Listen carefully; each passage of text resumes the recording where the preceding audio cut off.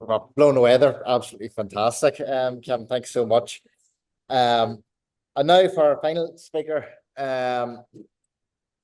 You'll have to forgive him. He's from oh, he's from Tyrone. But it's Anthony J. Quinn. Anthony has 10 novels with a claim from, I'll try to do this in one breath, the Sunday Times, the Guardian, the Independent, Financial Times, the Daily Mail, the Daily Telegraph, the Sunday Express, Der Spiegel, I've taken a breath, sorry, Der Spiegel, Sydney Morning Herald, Irish Times, and the Irish Independent.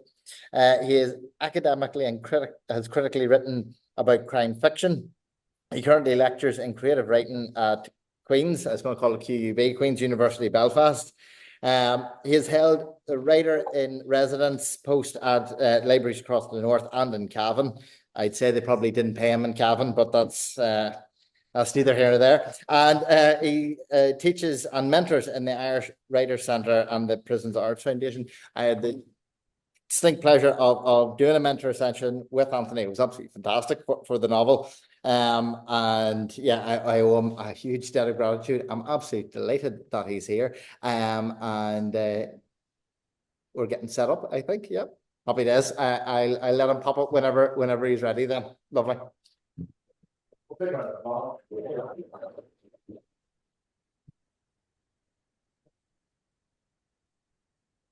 Thanks very much, Sean, for that lovely introduction. And thank you, Kevin, as well, for that really impassioned talk. I think I'm now a fully paid-up fan of you and your writing. I really enjoyed the wee bit about you talking about purging the nonsense of your 20s.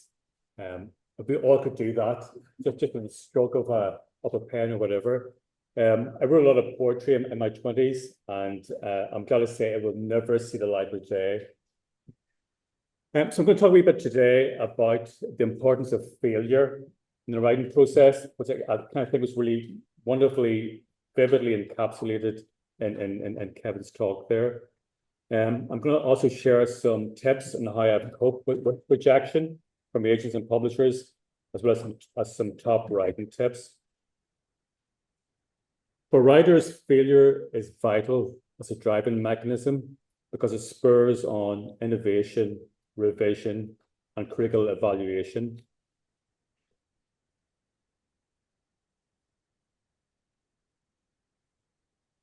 So as Samuel Beckett wrote in his 1983 novella, Westward Ho, ever tried, ever failed, no matter, try again, fail better.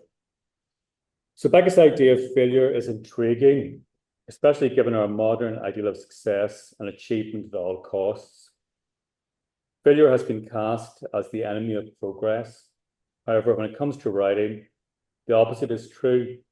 Failure is really vital to the creative process. As writers, we have to make a lifelong commitment to failing.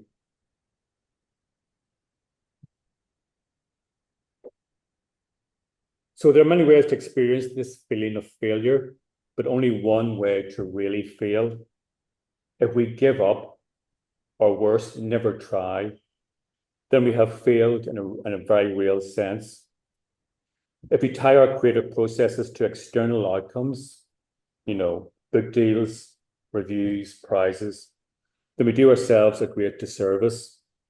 We run the risk of not being authentic to our creative endeavors, or worse, not attempting them in the first place.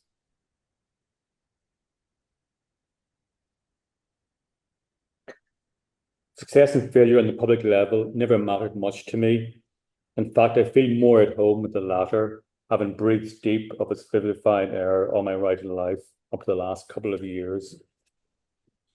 So Beckett's words here really underscore his comfort with failure and his belief in its invigorating and transformative power. And that really shaped his enduring literary career. So we need to reframe our idea of what failure is. As writers, we should look on it as a resilient growth process instead of a single final event.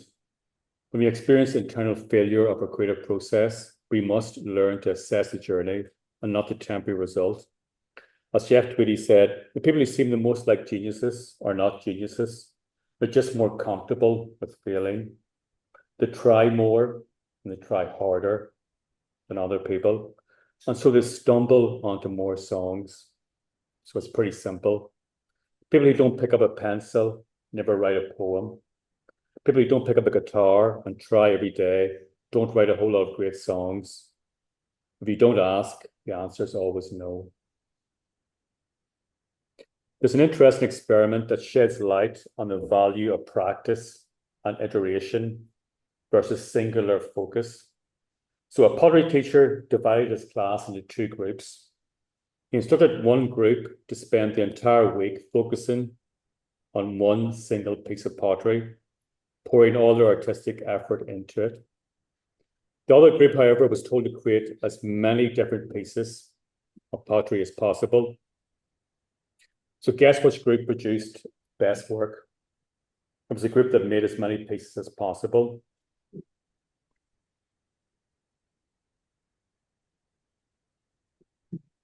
So this experiment with the pottery class offers several valuable lessons. So the first is the value of quantity over perfection. So this kind of sense of producing many pieces allows for constant practice and improvement. Each new attempt offers a chance to learn from mistakes and refine skills. Second lesson is learning through iteration. So frequent creation fosters experimentation and discovery. It encourages trying new techniques and ideas, leading to unexpected and innovative ideas. Third lesson is reducing the fear of failure. This is really important. So when the focus is on quantity, the pressure to make a single perfect piece is reduced. So this can diminish the fear of failure, making the creative process more enjoyable and less stressful. Lesson 4 is embracing mistakes as learning opportunities. So that means kind of looking at mistakes as being less significant, especially when they're part of a larger body of work. So look at mistakes as kind of steps towards mastery rather than setbacks. Number 5, developing growth mindset. This approach reinforces the idea that abilities and skills can be developed through dedication and hard work. And finally, really important idea of building momentum and consistency, especially when it comes to a long form, such as a novel. This kind of idea of regular creation, kind of sitting down every day, working on that page, even if it's only 300 words a day, that really builds momentum, and it's really important in terms of establishing this kind of idea of a consistent practice. And that's really crucial for long-term development and success in any field.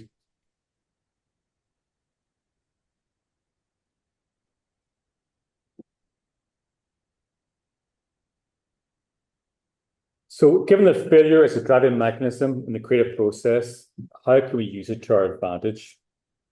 The simple answer is to borrow the words of Winston Churchill. He said, if you're going through hell, keep going.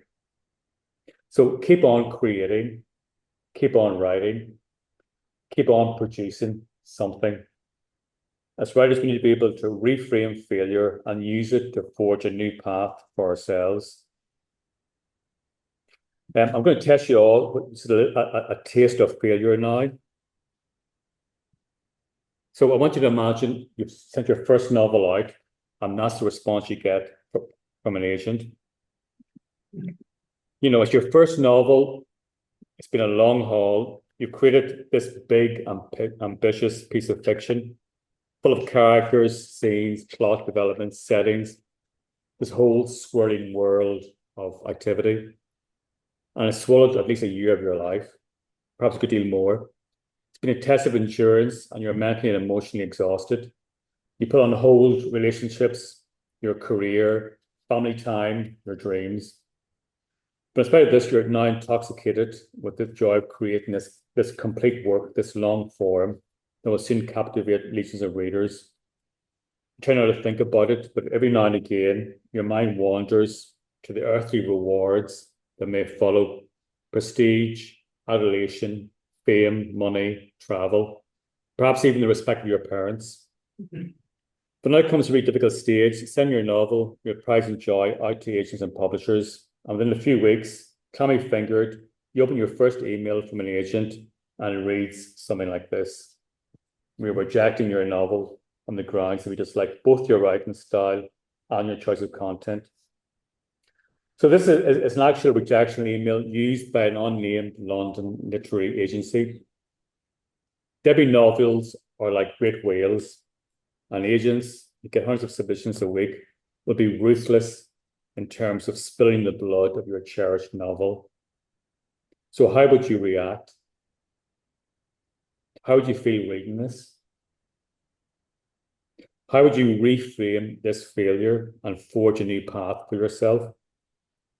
Would you accept that your novel is a worthless piece of rubbish, shred or burn every remaining copy of it, and abandon all dreams of becoming a writer immediately? Would you feel crushed, discouraged, totally alone? Or would you shut the email down, pick up your pen or laptop and write, losing yourself and your disappointment in the process, letting the writing flow and perhaps even becoming the conduit for something bigger than your own disappointment?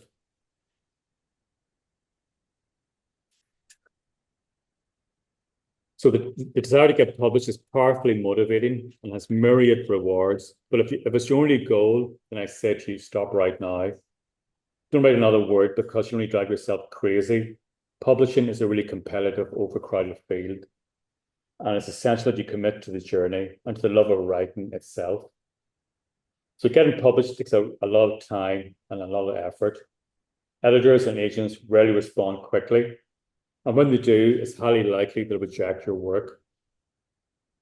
However, you're strong enough to read your rejection email like this and try to learn from it, and you might just have the resilience and bloody-mindedness to make a success of writing. Resilience is a practice of writing and also life. It's about growth, learning, and chance. It may not be your first, second, or even third work that gets published, but resilience is about creating enough opportunities so that something sticks eventually.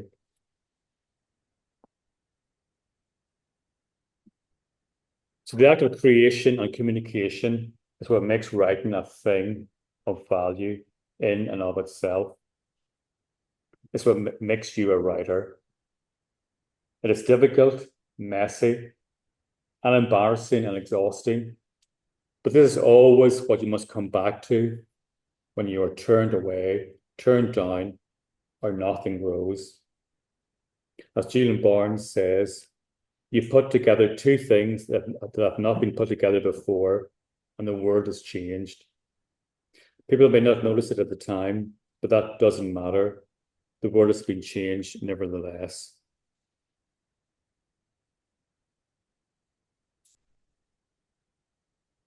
So to kind of summarize what I was saying there, it's about finding joy in language, finding meaning in storytelling, finding purpose in the daily practice of writing. So those should be the goals rather than a kind of a grand idea of being published, getting loads of big sales and prizes. Most people see writing as an art, which it is, but really I kind of see it as a piece of engineering. So it's about putting pieces inside an engine, giving it the spark of life, and seeing if it moves and how far.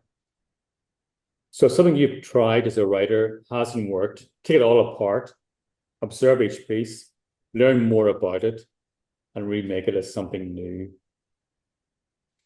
Sometimes, however, no matter what you do to a piece of work, it just won't take. So a book hasn't succeeded on a few rounds of submission to an agent or a publisher. Editing and resubmitting the same piece of work over and over may not benefit you or reach any success. So it's important to know when it's time to change, begin again, take a break, replenish. That's really an essential part of being a writer. And it's really true that nothing is ever lost. The old drafts, the rejected manuscripts, the ideas just couldn't quite take shape into words. Those can be cannibalized into your latest work in progress. So in my own case, I submitted my debut novel. It disappeared to a number of agents and received many rejections, including the one I've just quoted. We dislike both the writing style and the content of your novel. And that still stings. You know, it really did hurt. But I'm glad to say that I faced this setback and lived to tell the tale. I dealt with the sting of disappointment by writing. I closed the email down, and that evening I started writing my next novel, determined to fix the mistakes and flaws that riddled my debut. For the next 4 years, each time I finished a novel, I began working on another, one that would somehow correct the deficiencies of the one I just completed. So I always returned to writing as an act, not a goal, a practice, not a target. So to write is the thing, and the whole of the thing, to express something with the insight and the humor and curiosity and cadence that is yours and yours alone. That was what drove me along. Eventually, I secured an agent, but despite their best efforts, it didn't carry my books through the pearly gates of publication, like the archangel I imagined them to be. But they liked my writing, and they worked hard. I kept a count of the rejections they sent me and a copy of each one, and found that they were good for morale. Call it naivety, foolishness, stubbornness, but I kept thinking every no brought me closer to a yes. Finally, I was halfway through my 4th novel when my agent secured a publisher for my debut novel. So Disappear was published in the United States by Oliver Pence's Mysterious Press 4 years after I'd finished it and sent it out into the world. There it was shortlisted for a Strand Literary Award by book critics of the Washington Post, the LA Times, San Francisco Chronicle, and other US newspapers. It was then published in the UK by Head of Zeus. Within a year, it had been selected by the Sunday Times as one of the best books of the year, picked by Daily Mail as its best crime novel of the year, and shortlisted for other awards. It was published in Australia by HarperCollins and was a #1 bestseller there. Not a single word had changed from that initial manuscript that was sent out to agents 4 years previously.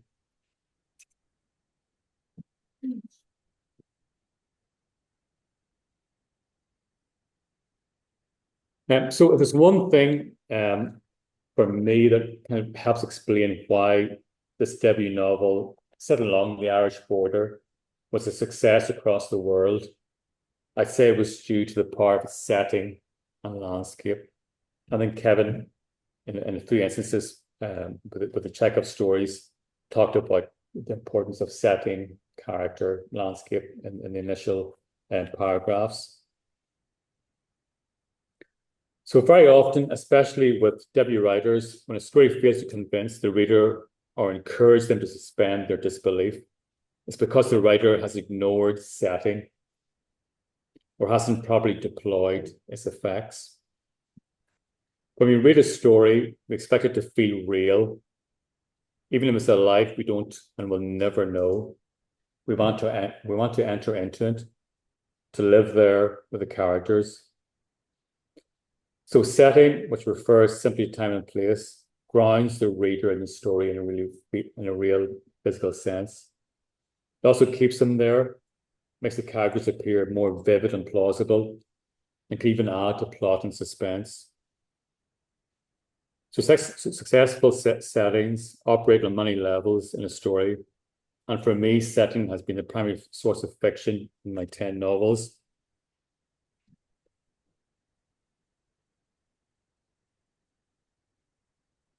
So next piece of advice I'd give to emerging writers is to use those landscapes that we've lived in and loved. So the advantage of anchoring your writing in a real place, entirely or partially, is that you will be rooted and you will draw inspiration and some old ghosts out of those streets and fields. So each town, street, field, house has its own history.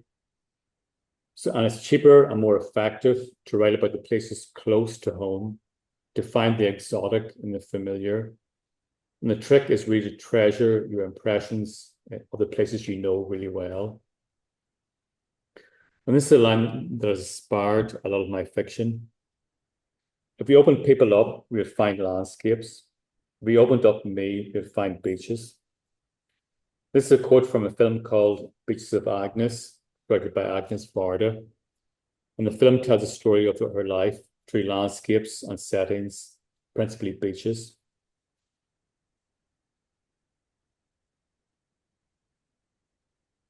So the film was made in her 80th year and revisits the places that shaped her, from the North Sea beaches of Belgium, where she spent her childhood, to the Mediterranean village where she shot her first film, to the boardwalks of Los Angeles.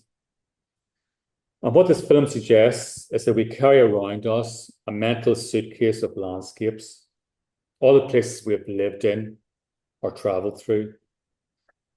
And Varda shows how the story of our lives can be told very simply and dramatically through these places we have lived in and loved. She demonstrates that these landscapes can work really powerfully in fiction, given a stage, a setting, that can be used as a metaphor and to create a mood or a feeling in the reader.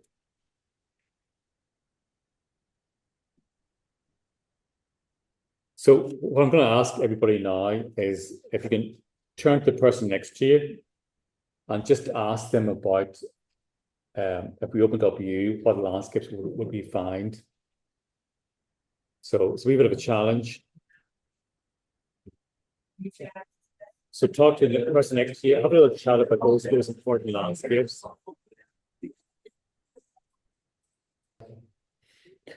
Images, concrete kind of places, you know, and you mentioned a few places there, and those are really powerful things to bring into our fiction, you know, and it's those landscapes that we've lived in and loved and that we're the experts of, you know, those are the really powerful things that will make our fiction feel really authentic and really convincing.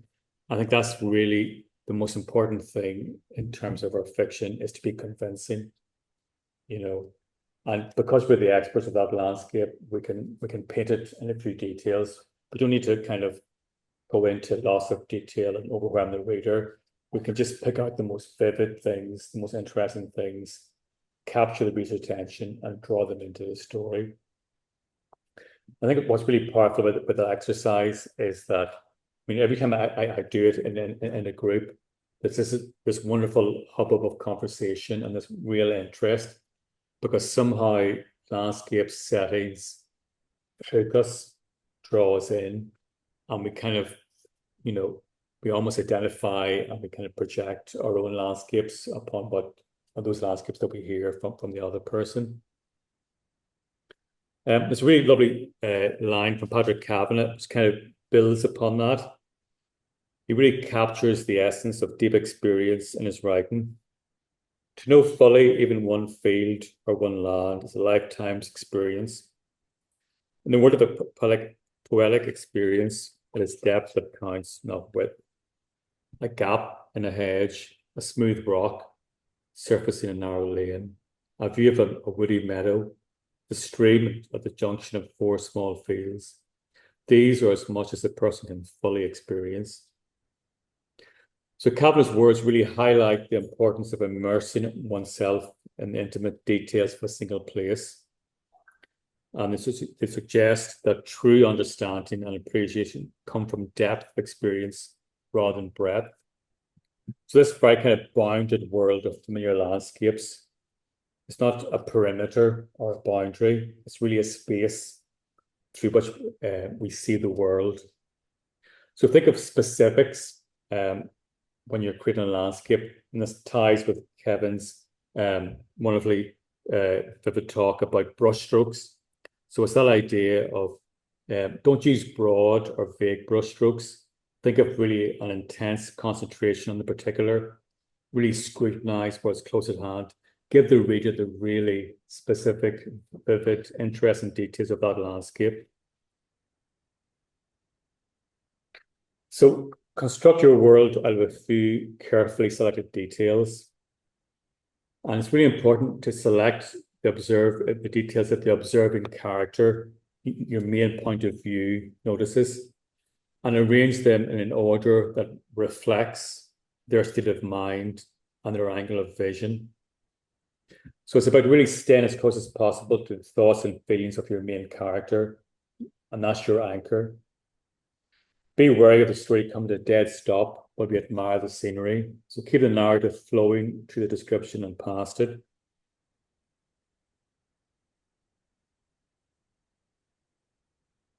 So your stories will gain resonance from this knowledge of these landscapes that you've lived in. So out of these places, a character has formed you. And what we're getting at here are the links between a character and a setting. And that's not to say that we're mere products of our environment, but the environment shapes us. It influences us in many subtle ways. So your character in your story, your novel, may react against their landscape, break the restrictions implicit in the settings, cross dangerous thresholds and boundaries. And that's where we can introduce conflict and tension. So out of a character's journey and behavior in these landscapes, a plot is formed. Out of the character's conflict with the setting, we get some really intriguing plot lines. We're also going to look at how landscape can supply mood. Mood in literature is another word for the atmosphere or the ambience of a piece of writing. So be it a short story, novel, poem, or essay, the mood is a feeling that the writer is trying to evoke in their readers. So it could be feelings like calm, anxiety, joy, or anger. Short stories, poems have only one or two moods. So there's not a lot of space for writers to juggle multiple different moods. However, novels have the space to deal in multiple moods. But even if there's kind of several distinctive moods in a novel, there's usually one overarching feel to that book that readers really identify with and remember afterwards. So knowing how to establish mood in your stories is really vital to good writing. A story with a cohesive and well thought out mood will create an emotional response in your readers, and this acts as a hook that draws them into the story.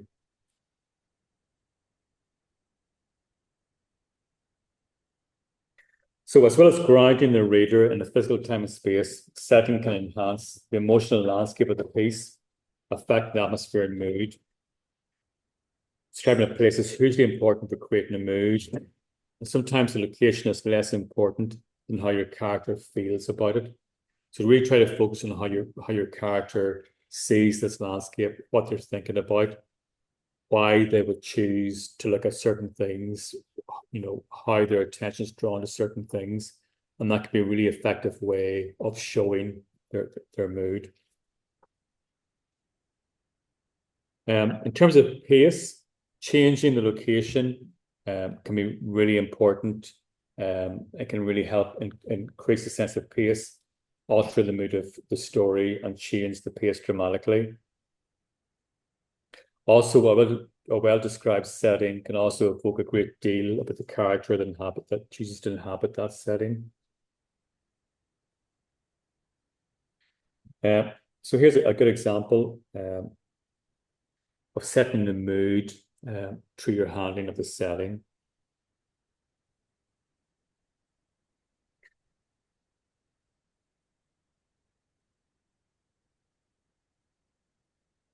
So this barren landscape with a stunted thorns creates a threatening mood. So Bronte doesn't have to explicitly tell the reader this is a dangerous, unforgiving place. She clearly establishes this by showing the landscape in a few stark details. Further on in the same chapter, Bronte introduces us to Heathcliff's house.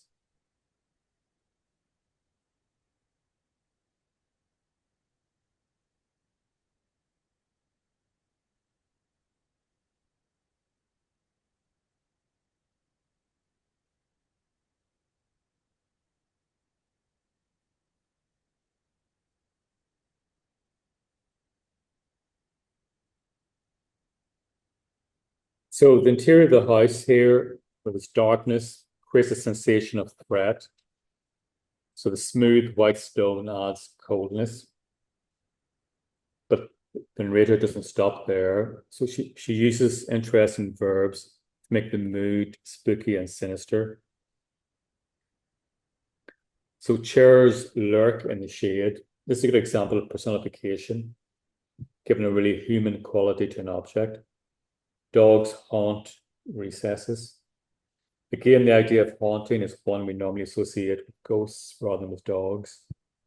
So even these adjectives carry hints of menace. Villainous guns, more personification here. Just imagine if the author had described the scene in the following way: chairs repose in the shade and dogs roll in the corners. This would immediately take the threat out of the description. So what Bronte does here, she points the reader towards a single mood with carefully chosen verbs, adverbs, and adjectives. Here, Bronte is not just establishing a mood, she's also presenting the character of Heathcliff. It's hard to describe a person's face in a fresh and telling way. How many ways can you describe eyes and a nose? Not many. But by describing a person through how they arrange their surroundings, you have a lot more options. So stick to the principle, show, don't tell, and present your characters by describing what's around them. Here's a good example of using the setting as antagonist from Bernard McClaverty's Cal.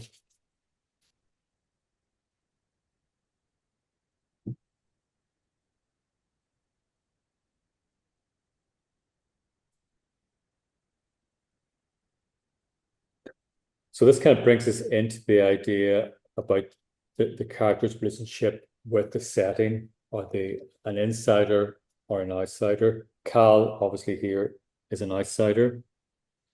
So that's something you have to kind of consider always whenever you're writing about character and setting. What sort of character are you writing about, and what relationship do they have to the landscape? Are they an insider? Do they belong to the setting? Are they familiar with its ways of life? Or are they outsiders? Are they strangers who don't belong, but have different skills, viewpoints, or ways of doing things? How might these be useful in their new landscape?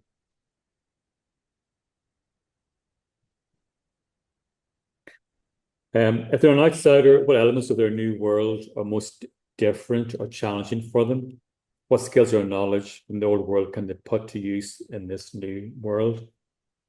Outsiders are the kind of characters that readers really love to spend time with. They have challenges that we find interesting. They're beset by different obstacles. Do they try to fit in, or do they rebel and ignore the rules of society? On the other hand, instead of protagonists, so those are main characters whose story takes place within a world they're familiar with and in which they belong. So often we have narrative arcs that involve subverting the structures that define their world. So as such, their conflicts are primarily internal conflicts. So just think if your protagonist is an insider, what aspects of the world do they rebel against? What aspects do they accept without question? So I just summarize there. In summary, so this relationship between the character, setting, and plot can be summarized in two ways. Out of a place, a character is formed, and out of a character's motives, plot may follow. Or out of a character's relationship to the setting, or out of the character's conflict with the setting, you get the plot, or at least the dynamic backdrop for the plot. So I'll just finish up just with a little quote from Stephen King. To give us a kind of a positive overview of the writing experience. Writing isn't about making money, getting famous, getting dates, getting laid, or making friends.